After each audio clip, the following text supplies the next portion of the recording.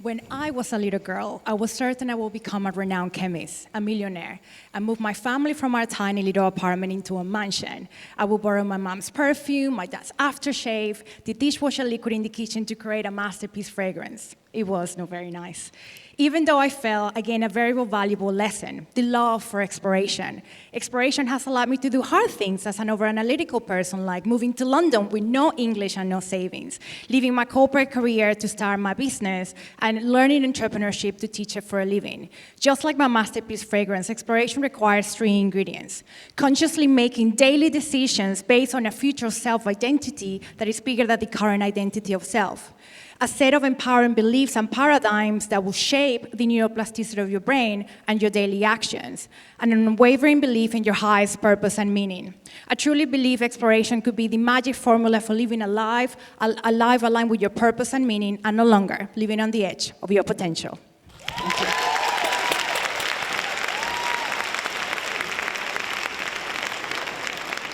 People date for all kinds of reasons. Some people are dating for fun. Others are dating for sex.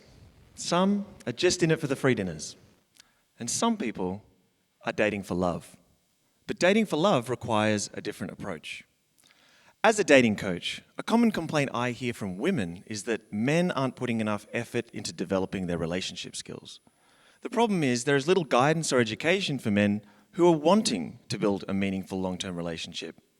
Today, the most common dating advice for men comes from pickup artists, who are all about using scripted tactics to create short-term chemistry or a hookup.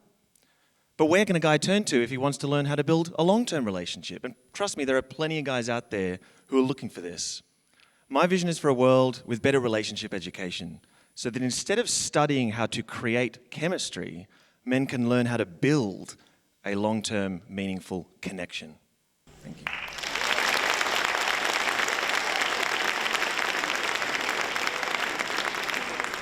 On a recent Q&A talking about NDIS, a panellist reminded the audience they were talking about capping our freedom. Continuing to call it the National Disability Insurance Scheme attracts negative connotations. We pay insurance to protect ourselves from bad things like car crashes and floods. But being disabled isn't bad, just different. Equity and inclusion provided by adequate NDIS funding is a game changer. I therefore recommend we change it to the National Disability Investment Scheme.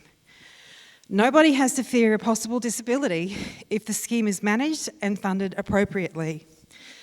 National Disability Investment Scheme. Now louder for those in the back.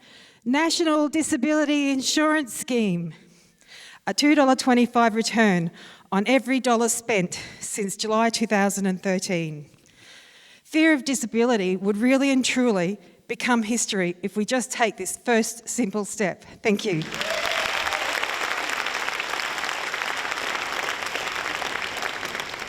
I work in 2 very different worlds. I'm a project manager and a scuba diving instructor.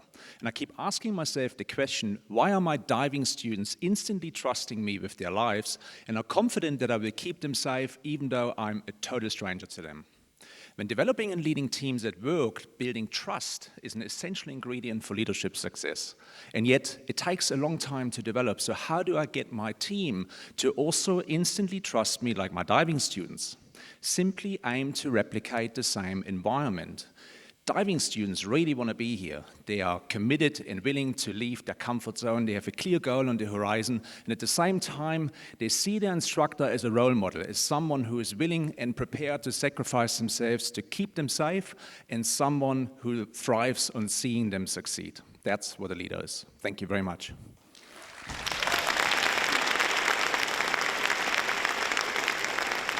Let's be honest, we spend most of our lives living in boxes, boring, badly designed and over-budgeted boxes. Boxes for sleeping in, boxes for living in, boxes for working in. But what if we could change that? What if we created an external world that was more colourful, a representation or reflection of our inner personalities, interests or culture?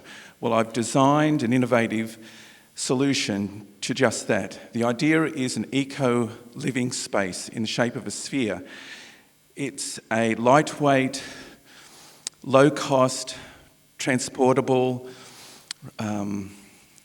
sphere, and it can be implemented or installed on the planet anywhere. It reduces building costs by up to 85%, and it also has an external printable, reusable skin where you can actually promote yourself on.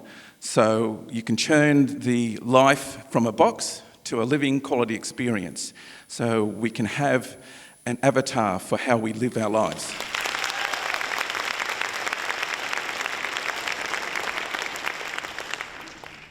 "3 a.m. seems to be the time my brain wants to obsess over a library of regrets. These ghosts from the past force me to lie awake, taunting me with punishing thoughts like, if only, what if, why didn't I? I fret over opportunities not taken, mistakes made, words not said or words that should have been. The problem with regrets is they keep you trapped in the past, prolonging feelings of guilt, remorse, sadness and shame. Unless you can invent a way to time travel, you cannot change what is already done. You cannot unmistake, undecide, unspeak or undo. So consider changing your relationship with regret by adopting an attitude of re-gratitude. Simply put, being grateful for one's regrets. When they next come haunting, try welcoming your ghosts from the past. Embrace them and thank them for their lessons. An attitude of regratitude may set you free by laying your ghost to rest so you can sleep all the way till dawn.